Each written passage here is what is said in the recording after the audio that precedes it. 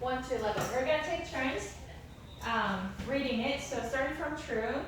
Okay, let's start with the word of prayer. Heavenly Father, we thank you so much for this Monday. Lord, some of us are tired from work. Lord, give us new energy this morning. And Father God, we ask your Holy Spirit to reveal your truth to us so that our spiritual eyes will be open and that the truth will set us free, Father, from many of the bondages and let your gospel be spread. Father God, we ask you that you will help us understand your truth and let us have a deeper understanding of who you are and let us become more like you. In Christ's name we pray. Amen. Amen. All right, so starting with true, verse 1. Verse 1. The word of the teacher, son of David, king in Jerusalem. Pun. Meaningless, said teacher. Utterly meaningless. Everything is meaningless. Audrey?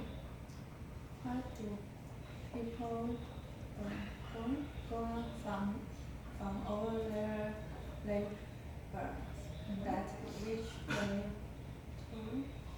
go under the sun? What about your name?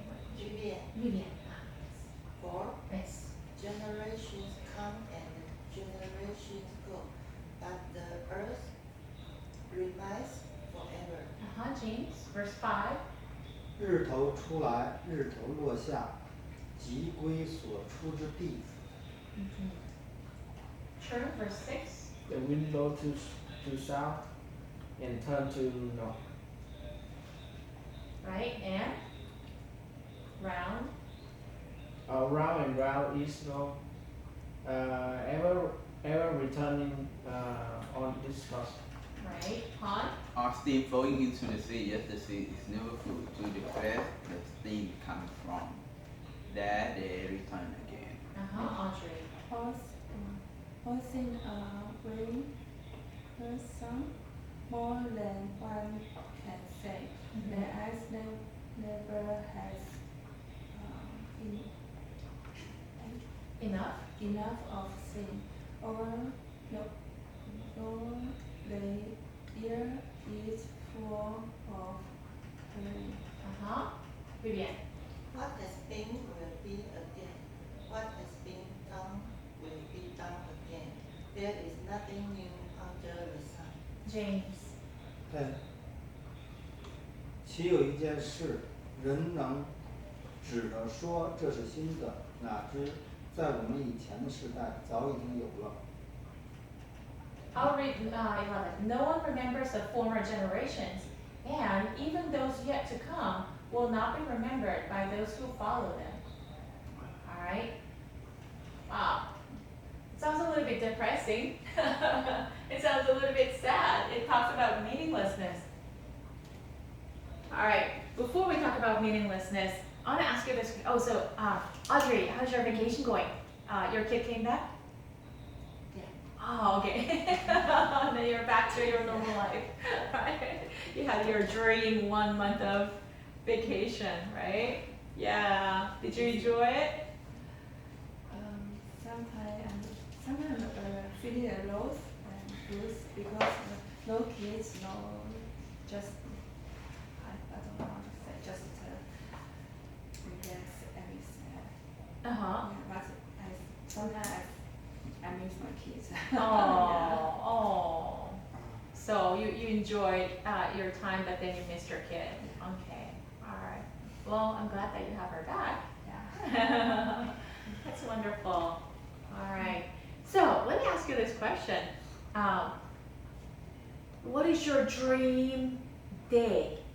Like everything works out, just like whatever you wish, it happens on that day. So what is your dream day? What is your dream vacation? Let's talk about that. Let's talk about that.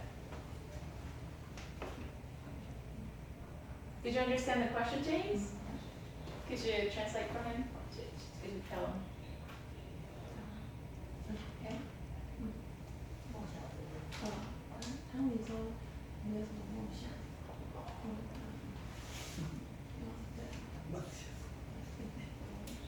Let's think about it. Come on.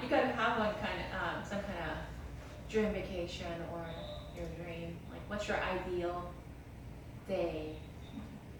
I dream I can lose my weight. Okay, sure. Yes, that's important. Like yeah. That's important because yes, you want to wear beautiful clothes and Like 3 years ago, uh-huh. 15 pounds. Wow. Okay, so what happened? I don't know. Oh, you don't know. Maybe the year too old Oh, and you don't look very old. Not yet. Not yet. Oh. So if you lose your weight, then what are you gonna do? dream. Your dream, okay. That's important. Okay, I understand because none of my clothes fit anymore. Like I gained so many pounds. I don't want to be revealed.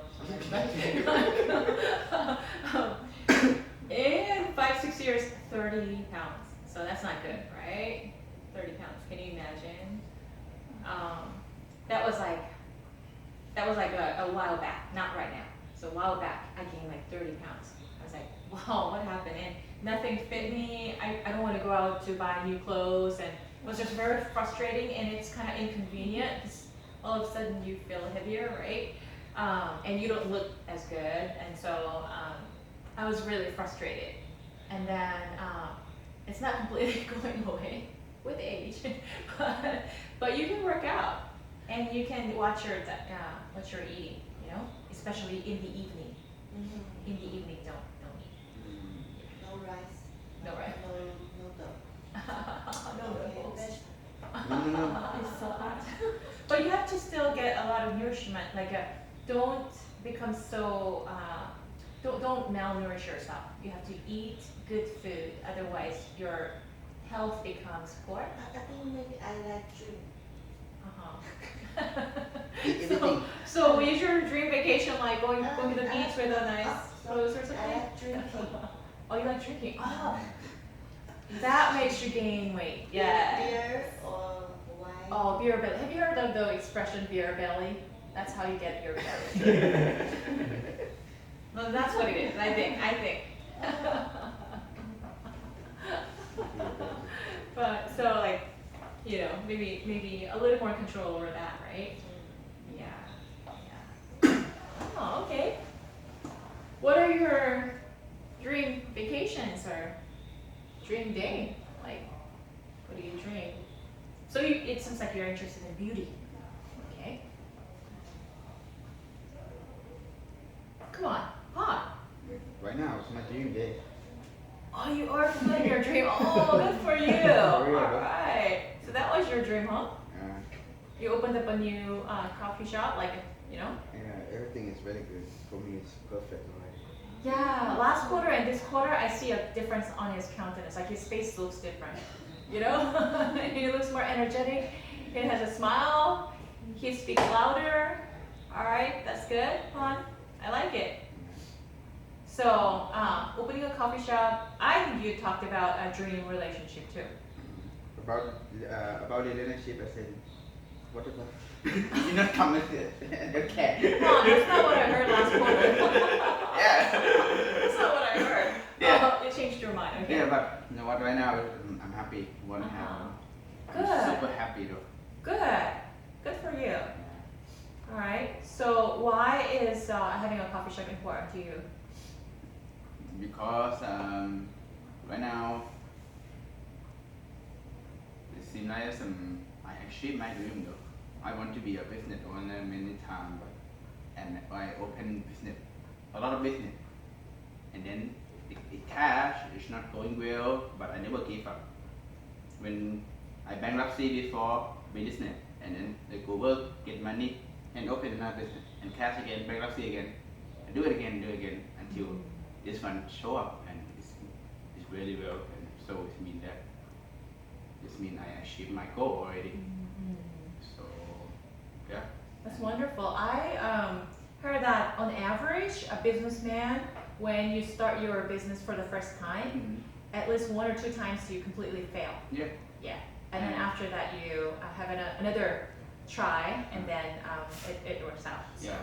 From what I see is, I think I learned many a lot about the fighter and the successful. Most people in the world just fight, but you're not success. So it have another secret to be successful. So you learn your lessons from difficult experiences. Yeah, from everything. Yeah. So that's why the thing is right now I achieved my dream already. I'm super happy with what I have. I don't have to be thinking anymore. I have everything already. So that's why I tell you now, good. Now that you have everything, like what are you gonna do? Me right now, it's just my job right now is not just sell tea and coffee. My job right now is to make sure that customers smile the previous way. So yeah, I wanna because most people in San Diego they know me. Yeah. Most people in OB, in Hoyloma, all of them they know me. Yeah. So they always ask me. Good. So I always share them the experience and motivate them, Yeah. So that's why I tell you, my job right now is to motivate people in my area also. Yeah. So I'm happy though. Good. Not just the tea, coffee, but make everyone smile. Yeah. Make San Diego, Yeah. sunshine place that. Well, you live in the best area. Yeah. That's nice. All right. How about you, James? Hi. Tell us. What's your dream vacation? What's your dream day?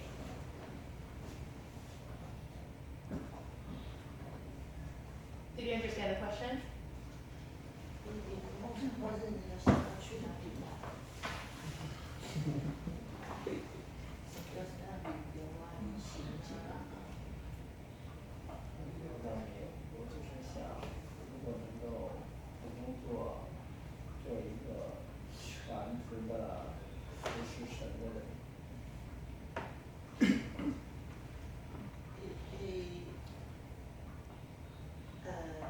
You want to be go to church and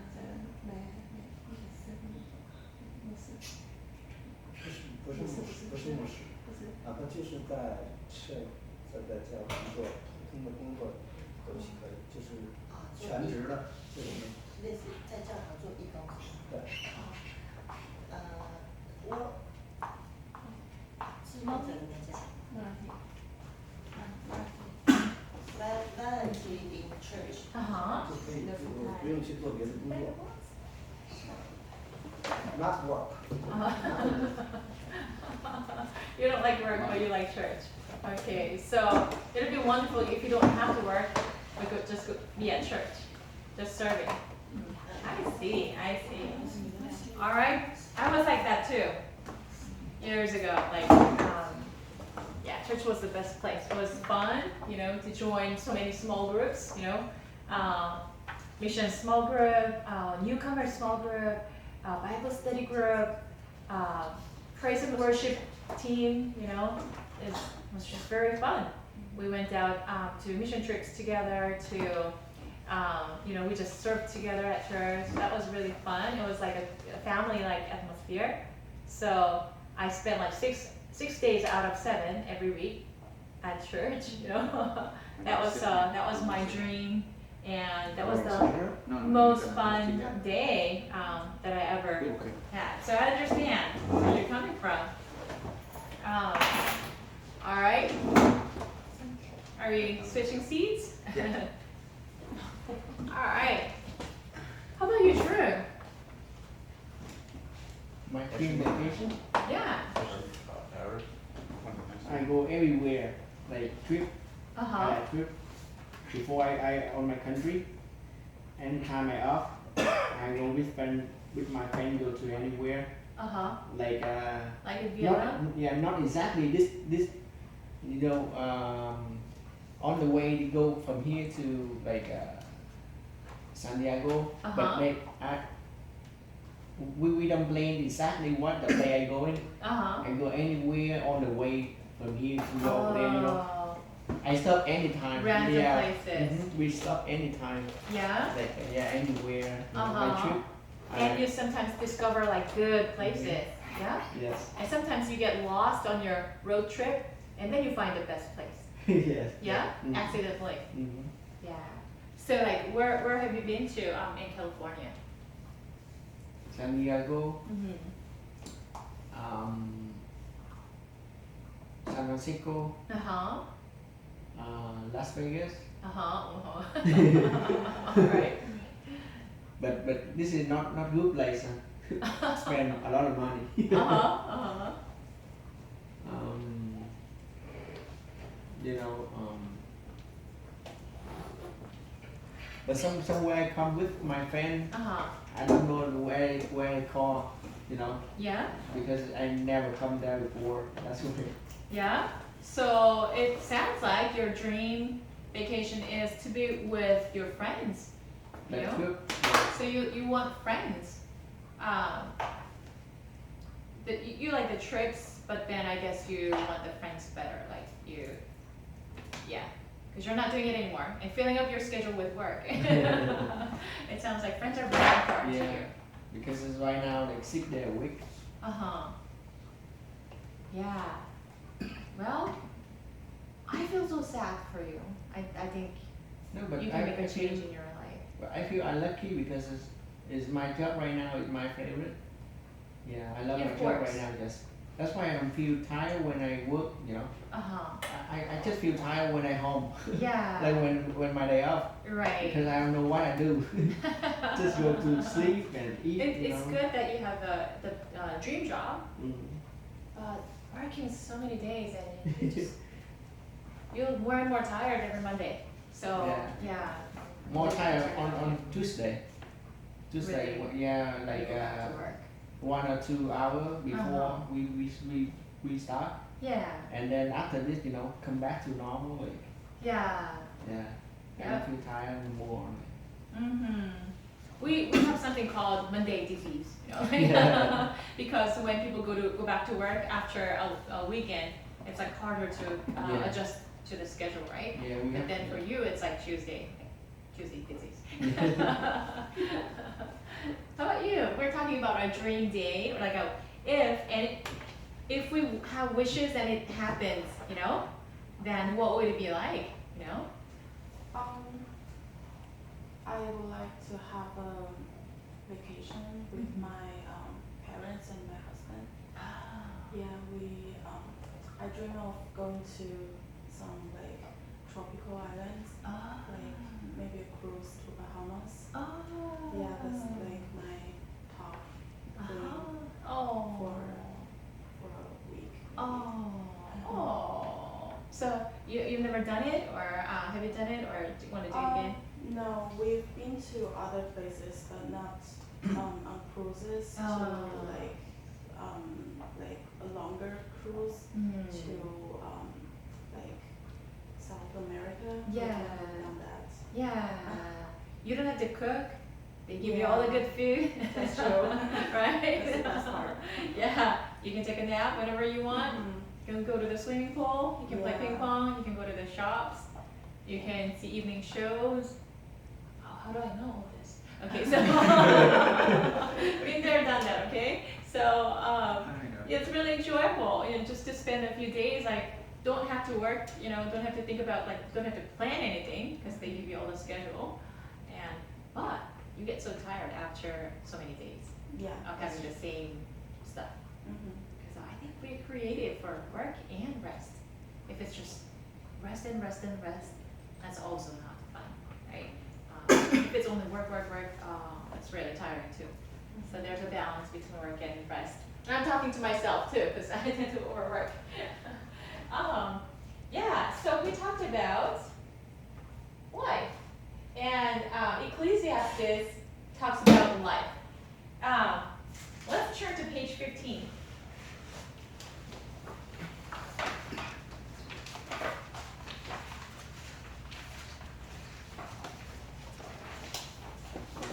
Page 15, do you see the picture? Ecclesiastes 7:10. So maybe Pong can read it for us. Chapter 15, right? first one, right? The picture. Picture. Do not say why were the old day better than this, for it is not wise to ask such questions. Yeah. It's very powerful though. Powerful, huh? So, who wrote the book of Ecclesiastes? It's even hard to pronounce. Like, what do you mean by Ecclesiastes, right? It means happiness, right? Yeah. It's means happiness. No, I don't think so. Let's talk about the authorship first. So, who wrote Ecclesiastes? Who wrote? It's in the booklet. The answer is in the booklet. There's no writer's name. Yeah, but several passages suggest that what? King Solomon may be the author. Well, we just read passage from chapter 1. And the first verse says, the words of the teacher, son of David, king in Jerusalem. That's pretty clear to me. So who is son of David? So David had several sons. Yeah? But the one that became a king, there's only one. His name is Solomon. Alright? So, yeah. So, the authorship, the author is probably Solomon. And, by the way, who is Solomon? Alright. So, David, King David, alright? We talked about him last quarter a lot, and the quarter before. David was a shepherd boy. He did not come from a royal heritage. He was from a simple, just average family, sheep keepers, He was not highly educated, and so he was in the field all the time. His older brothers, they got drafted into the military because there was a battle, there was a war going on, and this little son, David, he was so little, he could not join the battles because he did not reach the age, and his older brothers actually despised him. He was despised by his whole family. His father didn't even invite him when Prophet Nathan came to anoint the future king. When a prophet visits your house, you want to be ready because he's got a message for you. A prophet does not come to any regular family. He comes only when there's an important message, not just for the family, but there's something going on in the family that's going to affect the entire nation of Israel. That's when the prophet comes. So when Prophet Nathan came to visit David's family, his father, Jesse, did not even invite David in the field. David was in the field, keeping the sheep. His older brothers were in the home. So the first son, he was tall and handsome. He had charisma. And so Nathan thought to himself, he's a prophet and godly man, but he thought to himself, maybe he's a future king. So he wanted to anoint him, and then the Holy Spirit stopped him. Don't go to him. I already abandoned him because he looks nice, but his heart is not with me. Okay, and he looks at the rest of the sons. They look all good. They look like potential kings, but God said no to every single one of them. And then he says, it's his last son. And so Nathan goes, Jesse, so where's your last son? The last one? You serious? He's not even important. He doesn't know a single thing. Are you sure you want me to bring him in? So Nathan says, yes. So he sends his servant, brings David in. David is in his are you guys do you guys ever have those days when you feel not like doing anything? In your home, in your pajamas, or your smelly old clothes that you just want to lay down and you don't want to do anything. You don't even want to change your clothes. So and you have bad hair. Your hair is everywhere. Have you had those days? Yeah? Be honest. We have those days. Yeah? You just cut your hair so short, you can't have that hair. But, you know, sometimes we have a hat hair, you know, like dirty clothes, and it's like, oh, you know. So when David walks in, he was in the field with sheep. If you're dealing with sheep are smelly. Have you been to like a horse barn before? Close to horse barn? Come on, you live in California, and it smells terrible, right? You can smell it from 2 miles away. Yeah? Well, what is this? Oh, what is this? And then 2 miles later, you see the horse barns, right? I've been to a restaurant that is next to the horse barn. Oh, I couldn't eat. I was like, oh my gosh, what is this? Are you sure? And because my young adults, I do a church ministry, right? So college and working professionals were under my care, and they wanted to go on a trip, like a short, very beautiful. If they really have a heart of worship, if they truly are worshiping God in their hearts, although they may not be very musical, maybe they're not very talented, they don't even sound good to our physical ears. But if you open your spiritual senses and be there, oh, this one is much more powerful and impactful. It moves my heart compared to this group who is just singing for the purpose of being musical. Okay, so there's a major difference. So David belonged to this kind of group. Maybe he was not highly musical. I don't think anybody taught him, anybody cared to teach him. A shepherd boy, like what's the purpose of teaching a shepherd boy, like violin? You know? So no, he learned to play the harp, because harp you can carry anywhere. And by the way, it's the easiest instrument. Do you know that? Piano takes many years. Violin takes many years. Drums, a few months. But then to become an accomplished musician, you have to take a few years. Hi, welcome back. But with harps, you know, I've seen a kid in my neighborhood who learned harp, and it took just a few weeks for her to play good music. So harps. David was a harpist, and he sang. I'm guessing that he was not very, very talented musically, because he was a shepherd boy.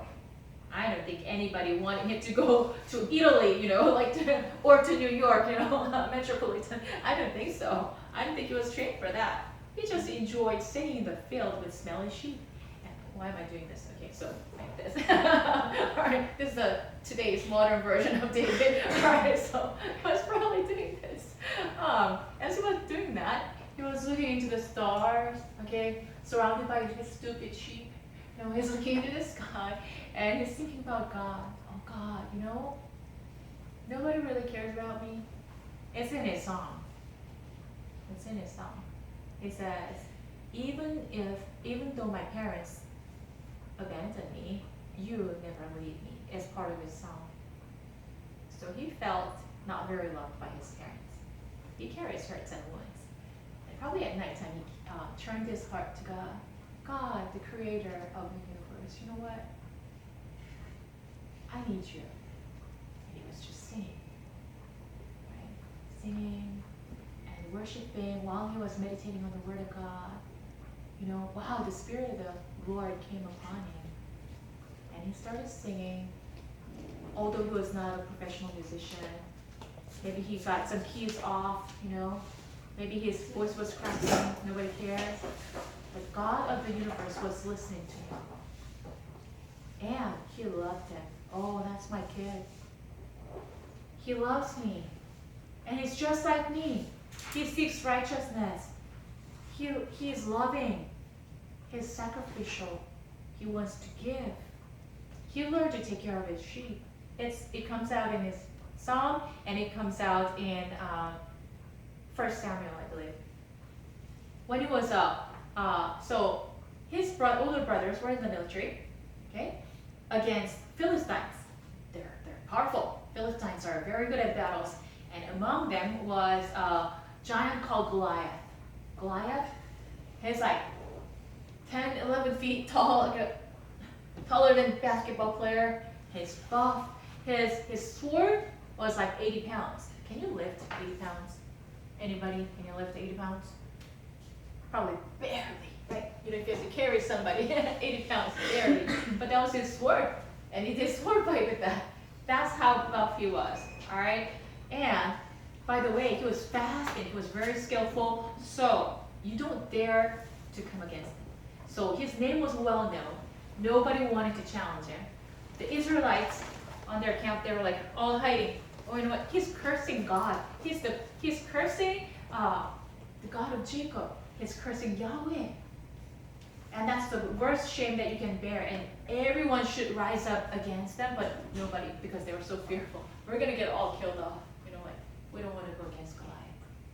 So that was a scene when little David, teenage boy, arrived with cheese, bread, water for his older brothers, because his parents told him to go check on his brothers in the battlefield. And so he came, and then the oldest brother was like, what are you here for, kid? Are you here to watch the battles? Go back home. You know, so it's like, David goes like, okay, so David is trained. He was humble. You know, when you go through life's difficulties, you turn out to be, if you aim for the good, you turn out to be stronger, wiser, mature, more solid. That's how David turned out to be, even as a teenage boy. So instead of saying like, what? You want to do a fist fight? You know, I came here to feed you with cheese and bread, and I came here to check on if you're doing well. And you call me a kid, and you say, why are you here? Come on, let's go. Like, I've been oppressed all this time. Like, you know, brothers fight, right? And the little one gets oppressed, and they get beat up all the time. So this is a time for me to revenge. Come on out. You know, he could have done that. But instead, David said, no, I'm not here to watch battles. I came here just because Dad told me to. And I'm glad that you're here. You're doing well. You seem to be doing well. And by the way, his attention is not on the battle against his brother, who has been very, very abusive. But instead, he is more focused on the fact that, oh, the God of Israel, Yahweh, my God, is being cursed. He's being despised. I cannot stand that. And so, King Saul, at that time, the king was Saul. Although David was going to be the next king, he was not the king yet. So King Saul is like, I don't know what to do. You know, the situation. Nobody dares to go against Goliath. So I can't do anything.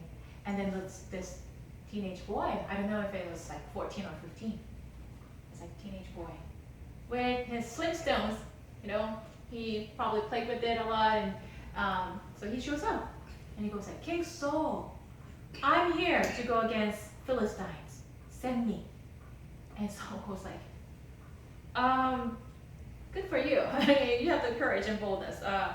But you know what? You're only a teenage boy. You're not even a fully grown up. You're not supposed to be here. You know, you're not the age of joining the military yet. All right? By the way, do you know Goliath? He was a great military man ever since he was little, like you. He was not little, but even as a teenager, and he was very good from the beginning. Very different from a shepherd boy. Sorry, guys. You know, like you're not ready for a battle. If you're not trained, if you're not even trained, what are you going to do?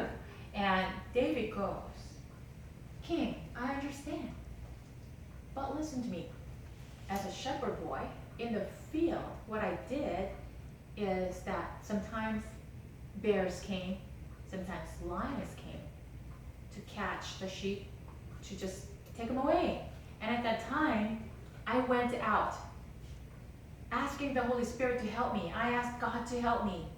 And I actually went against the bears, took the sheep out of their teeth. I went against lion, I beat them up, I took my sheep back. I never let one go. So that's how I'm trained, although I'm not trained by the military. And that's what I'm going to show today. That it's not about flesh and blood, but it's about the Holy Spirit. It's about the Spirit of God coming upon me, he's doing the battle against the Philistines through me. You're gonna see the victory. And Saul goes, poor kid, I'm gonna lose you today, but if you really wanna go, go. So he goes with his regular stuff. In his bag were 5 pebbles. So pebbles are not very sharp, if you know what pebbles are. They are kind of round, right? And they're not big, they're not really rocks. And so he had 5 stones in his bag, and he had a slingshot. So he goes out. He says, you come by the sword and spear, but I come in the name of our Lord Yahweh. And he runs against him, and he puts his sling stone, and he shoots Goliath. And that round, so by the way, Goliath laughs at him. Oh, you come with a stick? You come with a sling stone? I'm a dog. I'm gonna kill you right now. So he comes, and he does this. He runs against Goliath and shoots the slingshot by faith. And the round rock is stuck in the middle of his forehead, Goliath's forehead. And he gets killed. I don't know what it was. He drops to the ground. David goes to him, draws his sword, and cut his head. He brings back the head to King Saul. King Saul, I told you what's going to happen. Now I got him. Wow. So no one dared to go against Goliath because he's a giant guy and he's a military man and he's a commander. But this little kid, who is not even the age of joining the military, goes against him by the power of God, and he gets in. And the entire Israelites camp, they got overjoyed. They rose up finally, and they went against the Philistines. Right? So they won the battle because of that. Now, do you see why God would love David? Although he's a smelly, not very smart shepherd boy, there was nothing royal, nothing great about him at all. Nothing charismatic, nothing kingly about him. But God sees that he's my kid. He knows exactly what I want him to do. He understands that he's weak. He understands that he's not very educated or talented or trained. He understands that by my name, that he can win the battle. He can go way beyond and above his own capabilities by my power. He understands that concept. Wow, I'm going to use him. I'm going to lift him up, make him a king. So he became a king, David. He became the greatest king ever. He fought so many battles, and he did not lose a single war because God was with him, because he sought God rather than relying on the military force, although he could have relied on military forces. He relied on the name of God. He worshiped God all the time. He never let his song depart his mouth. Although he became a royal person, and he had he could have just gathered all the musicians in the whole country, talented ones, and make them sing. But instead, he would continue to write songs, singing for God, and worshiping God in his spirit and his song. That's why he came up with 150 songs, although not every song was written by him. So many songs. Maybe there are more songs that are not part of the Bible that he wrote, right? And his heart never changed. From his shepherd, he always remembered where he started. Although he became a king. So sometimes, do you see some people who become very rich and famous one day, like a movie star or something like that? They forget about their past. They deny their past when they started, and they become kind of arrogant. They assume that people they're so, I should be respectable, I should, people should love me. Like they feel so entitled afterwards, right? But David was not like that. Although he became very popular, women in the country started singing about him, praise words. And a lot of people loved him for his wisdom. However, he did not become arrogant. He always knew where he started. He always knew that he was little, no matter what, before God. He might be a big guy before other people, because he won all the battles. And he restored the country. He restored the tribe of Israel. So he did great things. He built so many castles and, he made the country prosper. So people respected him. He became a big guy, big name. Even to this day, everyone respects David. And, by the way, he was recognized by even God that he became a source of reference for the further kings. So certain kings, Rehoboam, Jeroboam, they walked in the way of David. It's a praise. They walked in the way of Jeroboam. That's bad. All right. So David was a good name, and is a good name even today. But he never became arrogant because he knew exactly who he was before God. So Solomon was one of his sons, and because David loved God so much, and God loved him so much, that he gave him a promise. David, the golden scepter, the royal scepter will never leave your family. I love you so much that through your ancestry, through your descendants, will come Messiah. Like, the best gift that I can give to the humanity is Messiah, and he's going to come through your bloodline. Because I love you so much. I choose you. So that's how honored David was. And Solomon was one of the sons. He has a whole background that I'm not going to talk about today for time's sake. But he did not. Solomon came through. So David was not perfect. That's not why God loved David. God is not looking for perfection. All right. God is looking for the true heart of worship, and that's what David had. David made a lot of mistakes. So briefly, he had women issues. All right. So he got married to multiple women, although, culturally it was totally acceptable. It was very common, especially if you're a king. But God's heart was always that one man and one woman get married. That's why he created one Adam and one Eve. All right. In the beginning, but David had multiple wives. So he went to a region. He had some issues with it because he and his military men were very hungry and tired from war, and they were looking for food and water. And this rich family, the owner, dared to despise him, although he was king. Yeah. I don't want to give you any food and water. Go away. Wow. So that household is supposed to be wiped out, all right? But they were punished. But the owner's wife, Abigail, she was very wise. And she said, my husband did something terrible, okay? All right, so let me go. So she went quickly before David, and she knelt down and she said, please don't do anything bad, because he's a dumb guy. Let me give you all the food and water that you need. So she went right up to her servants and hurried them up to come up with lamb chops and whatever, food and water, bread, and so they brought them. And so David saw her. She's a woman of wisdom. Oh, by the way, she's very beautiful. So David took her as his wife, which is not a good idea. So from the get-go, she is somebody else's wife, and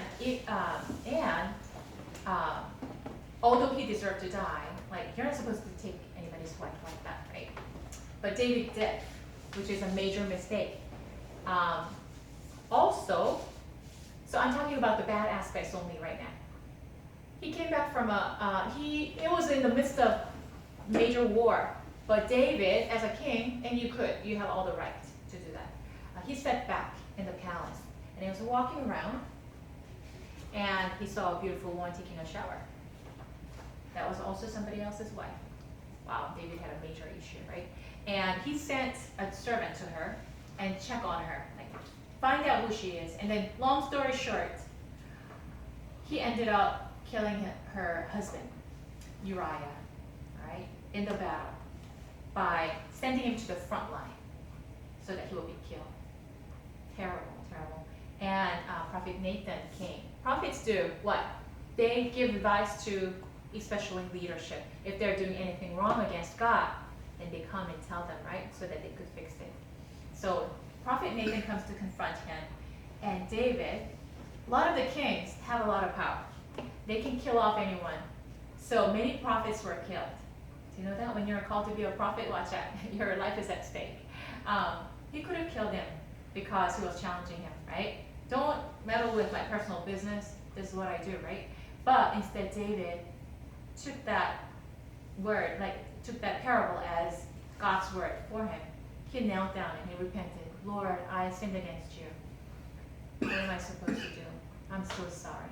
So the woman's name was Bathsheba, and she got pregnant with a boy, and that's why David wanted to hide it. And sin bears greater sin, and it leads you to death, and that's what happened. So he killed Uriah because he couldn't hide the fact that that was his child, right? Anyway, so Uriah dies.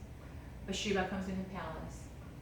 She gives birth to a son, and he dies because God is really angry about his acts of injustice. Uriah is a godly man. He's your best military person, and he's your faithful man, and you killed him off to take his wife. That's terrible. So the child dies, okay? And then, because David turned away from his sin, repented, I won't do it again, I'm sorry, Lord. I will never do it again. And because when you turn away from sin, God is gracious. God forgives you. And so he forgives David, and he blesses the marriage afterwards, although he could not bless it before. So between Bathsheba and David comes King Solomon. So their first child that ever survives is Solomon. And Solomon wrote Ecclesiastes. Because God loved David so much, he blessed him in every direction, including, I'm going to bless your children. So when God is pleased with us, what happens is that he blesses our marriage, he blesses our children too. Right? So that's what happened to David. And Solomon, as a result of David's obedience and how to worship, Solomon gets blessed. And so he was the richest man on the earth. He was the smartest man on this earth, especially wise. Not just smart, but he was wise. His wisdom was so great that it was well known among people. Other countries, like the queens and kings from other countries, would come to hear his sayings. That's how he drew people. He was the richest man on this earth. So many people from other countries, they came with tributes. You know what tributes are, right? So you bring gifts, gold and silver, and what do you call the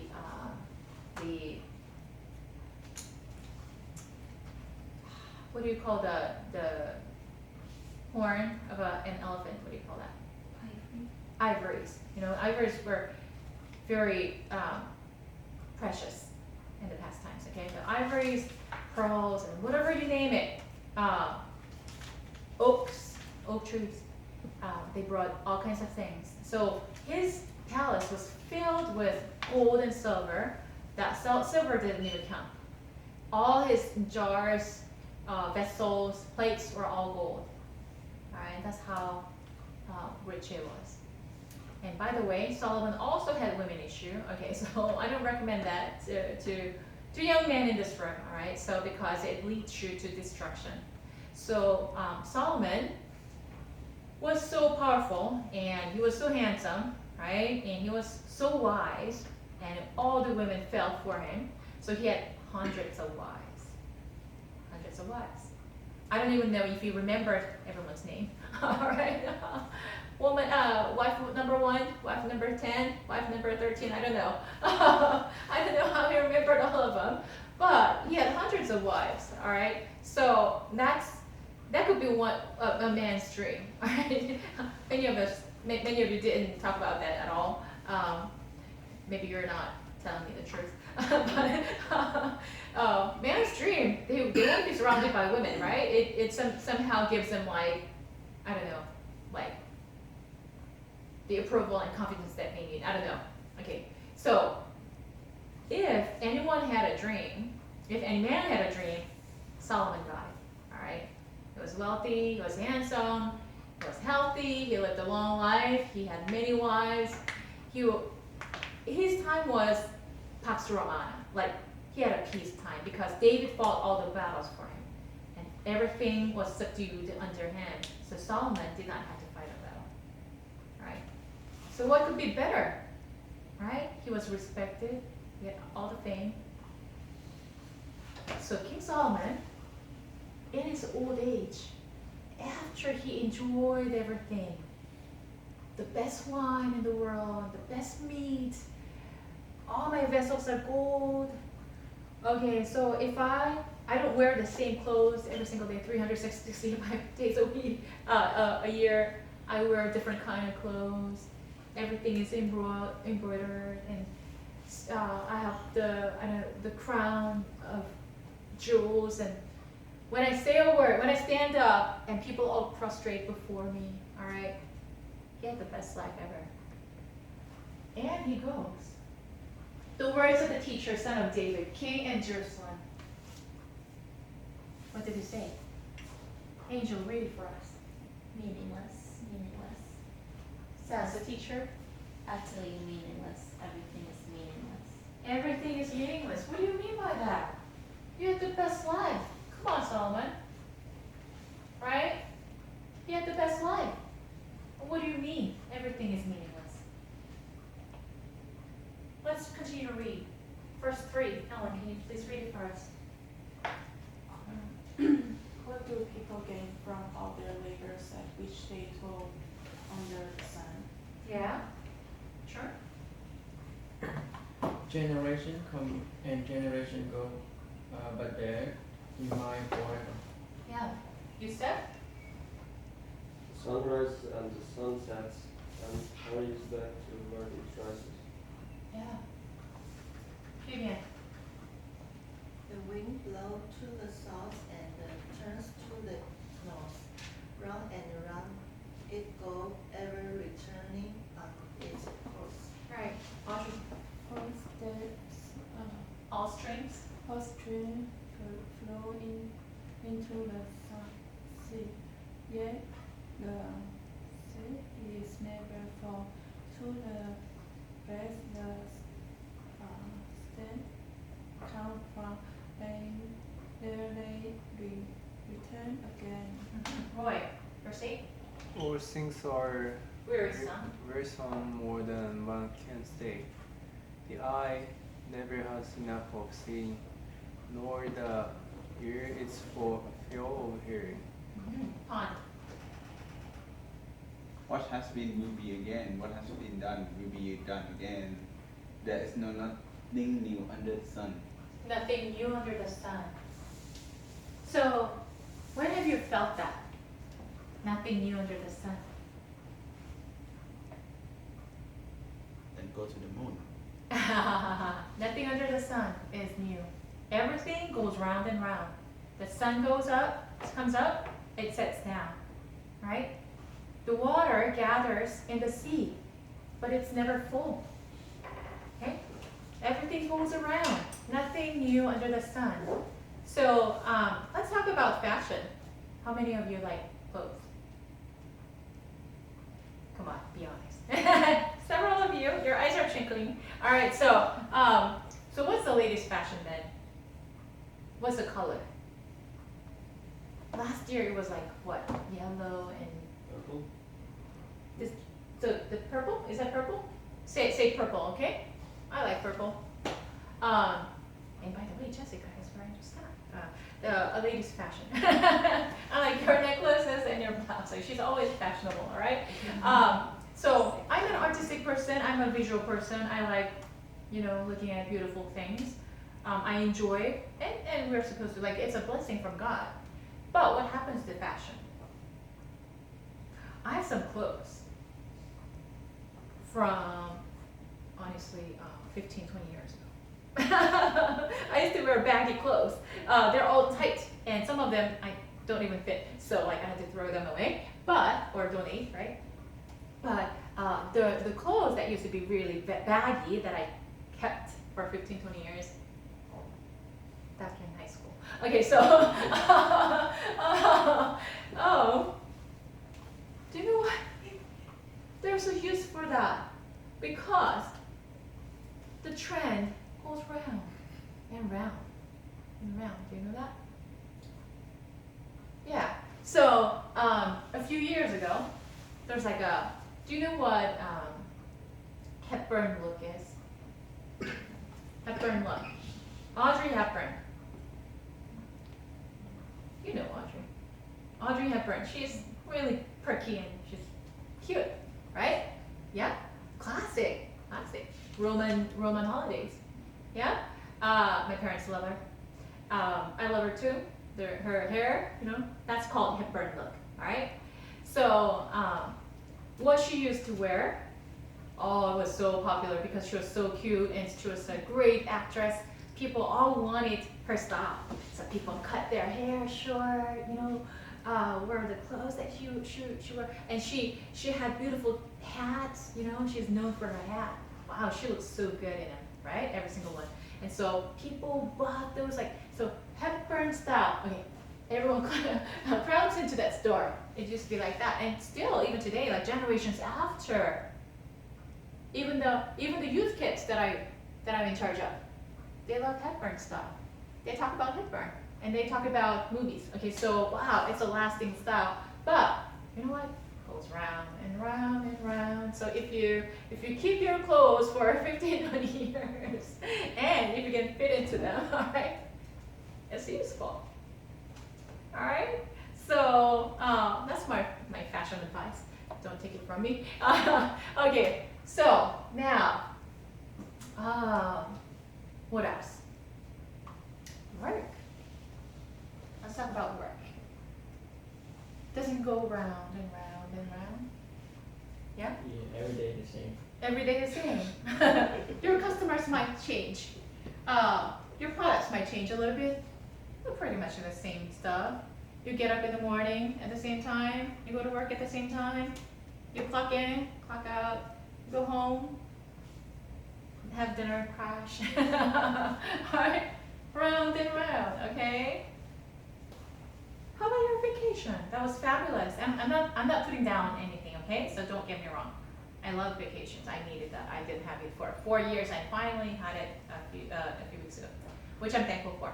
But let's talk about vacation. So that was a very good time, right? No child, you could have time to yourself. You could do something that you couldn't do before, and it must have been very freeing. But your child eventually comes back. You're back to your normal life, round and round. All right, you clean up, cook. Sooner or later, you're going to send your kid to a preschool, round and round and round. It's the same thing, right? Let's talk about school. Who goes to school, all right? We all went to school. Was it like round and round? Same stuff? Exam, okay, so, and then after exam, cramming, the next day you're like, you forget. And then you hang out with your friends, all right? And then, just a few weeks of break, semester starts again, all right? Round and round and round.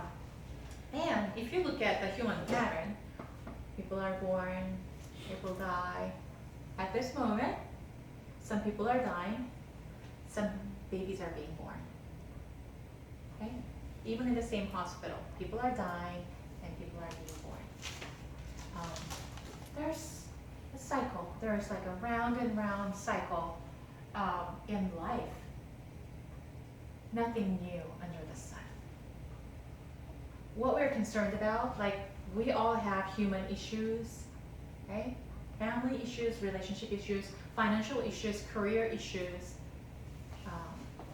whatever issues, okay? They're not new. The concerns are not new. Other people have the same concerns. Our parents' generation had concerns. Our grandparents had concerns. Our kids are gonna have concerns. All right, round and round, nothing new under the sun. By the way, King Solomon, who was a man of wisdom and stature. He had all the wealth in the world. He was richer than Bill Gates. He had a better name than Michael Jackson. He was better loved by women than, who is it? Who is the Tom Cruise? All right, so he's laughing. All right, I'm making you laugh. All right, he had everything as a man. All right, and he goes, meaningless, nothing new under the sun. And the theme of Ecclesiastes, you turn to 15. There's reason that I talked about all this background. Then it makes sense to you, okay? So, Helena, can you please read Roman numeral 1? Oh, Roman 2. Purpose and teaching. 2, purpose and teaching. 15. So page 15, Roman numeral 2, purpose and teaching. To examine the human experience and assess the human situation. What happens under the sun, the life within the boundaries of the visible world. Yes, we're talking about the visible world, nothing new under the sun, right? And? Just spell out what's good for people to do. Right, what is good then? If nothing under the sun is new and if everything is meaningless, then what is good? He's going to talk about that. And? Represents a devout wisdom. Yeah, what is wisdom then? What is wisdom? Meaningless. Yes, visible world and life is meaningless. And? Remember your Creator. So his conclusion is this. After having everything that he needed and wanted and enjoyed them, he says, everything is meaningless. By the way, remember your Creator. And? Fear God and keep His commandments. Fear God and keep His commandments. So we talked about fear last time, right? Fear is not just trembling and trying to run away. No, it's knowing how great God is and having reverent awe for Him. Understanding how great it is. Okay? That's fear of God. And so fear God and keep His commandments is his conclusion. The best guy in the world, Solomon says, everything is meaningless and nothing new under the sun. Therefore, fear God and keep His commandments is his conclusion. All right? So, if you want to understand Ecclesiastes a little more, here's like a summary version of it.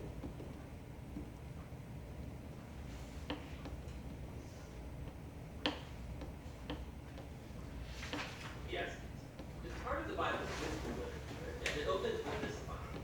The words of Kohelet, son of David, king in Jerusalem. Now in Hebrew, the word Kohelet means someone who has gathered people together. And in this case, it's to learn. So it's often translated in English as teacher. And the teacher is said to be a son or a descendant of King David. And so there are different views about who this figure might have been. Many think that it refers to King Solomon, others to maybe one of the later kings of David's line, and still others think that it's actually a later Israelite teacher who has adopted a Solomon-like persona as a teaching aid. Whichever of these views is correct, the key thing is to recognize that the teacher is a character in the book and is different than the author of the book, who remains anonymous. So we do hear the teacher's voice for most of the book, but it's actually a different voice, the author, who introduces us to the teacher in the first sentence, and then at the end concludes the book by summarizing and evaluating everything the teacher just said. So the author is someone who wants us to hear all that the teacher has to say, and then help us process it and form our own conclusion. So what does the teacher have to say? Well, the author summarizes the teacher's basic message at the beginning and right at the end, and it's Hevel, Hevel. Everything is utterly Hevel. Now, most English Bibles translate this word Hevel as meaningless, but that doesn't quite capture the heart of the idea. In Hebrew, Hevel literally means vapor or smoke, and the teacher uses this word 38 times in the book as a metaphor to describe how life is, first of all, temporary or fleeting, like a wisp of smoke. But secondly, also how life is an enigma or a paradox.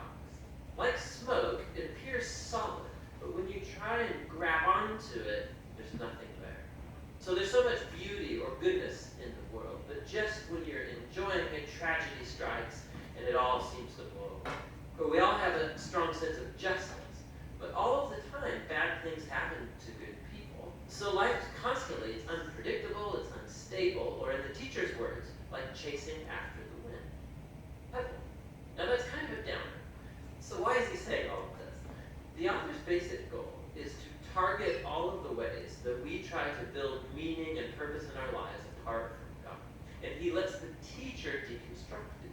So the author thinks we spend most of our time investing energy and emotion in things that ultimately have no lasting meaning or significance. And he lets the teacher give us a hard lesson in reality. You can see this most clearly in the opening and closing poems, which focus first of all on time and then on death. So the teacher says, you can spend your whole life working and achieving because you think that makes your life meaningful. You should really stop and consider the march of time. For all of the human effort that takes place in the world, nothing really ever changes.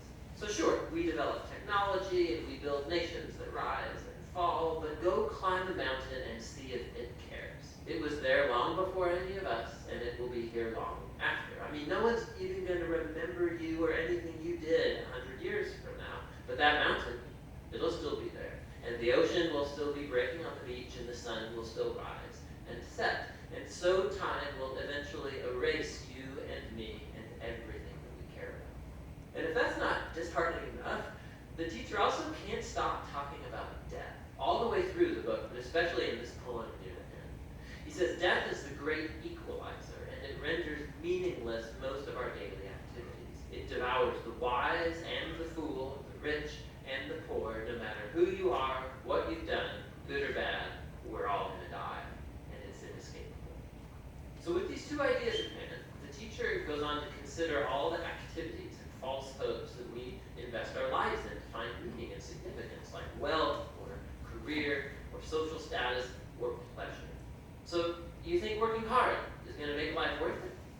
Think about the stress and the toll that that takes on you, all the anxiety and the sleepless nights. And by the time you actually earn some wealth, you're going to be too old to enjoy it anyway. And then by the time that you have to pass it on to someone, they may not even be someone who cares about anything that you did. Or maybe you think pleasure is going to make life worth it for you. Go for it. You know, live for your vacations. Live for the weekend party. Monday always comes. Hevel, hevel. Everything is utterly hevel. So what does the teacher advocate then? That we become pure hedonists or relativists? Well, no, that would be hevel too. The teacher acknowledges ideas from Proverbs that living by wisdom and the fear of the Lord, that these have real advantages. On the whole, life will probably go better. See, but the problem is that even living by wisdom and the fear of the Lord, they're hevel too. Because they don't guarantee a good life. Good people die tragically, and horrible people live long and prosper. There's just too many exceptions. And so even wisdom is hevel. Again, not meaningless, but an enigma. Wisdom doesn't work the way you think it should all the time. So what's the way forward in the midst of all this hevel? And here, paradoxically, the teacher discovers the key to the true enjoyment of life under the sun.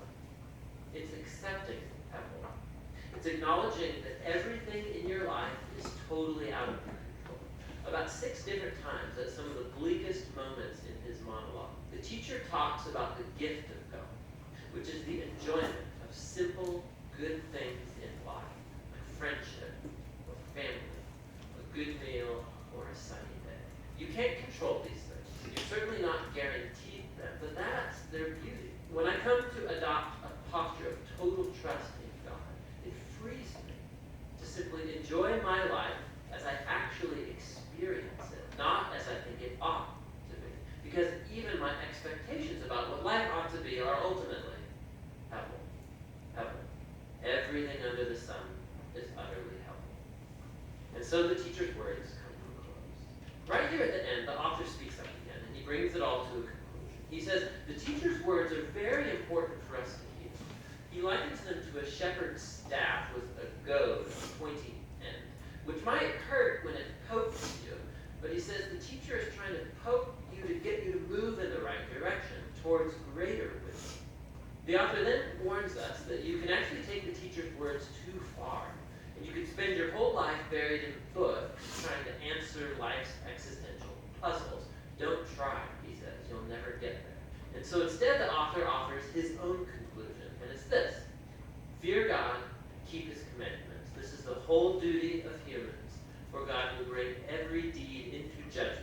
every hidden thing, whether good or evil.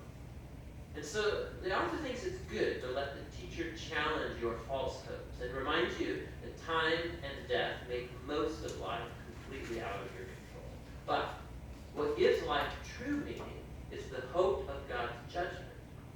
The hope that one day God will clear away all of the evil and bring true justice to our world. And it's that hope that should fuel a life of honesty and integrity before God, despite the fact that I remain puzzled by most of life's mysteries. And that.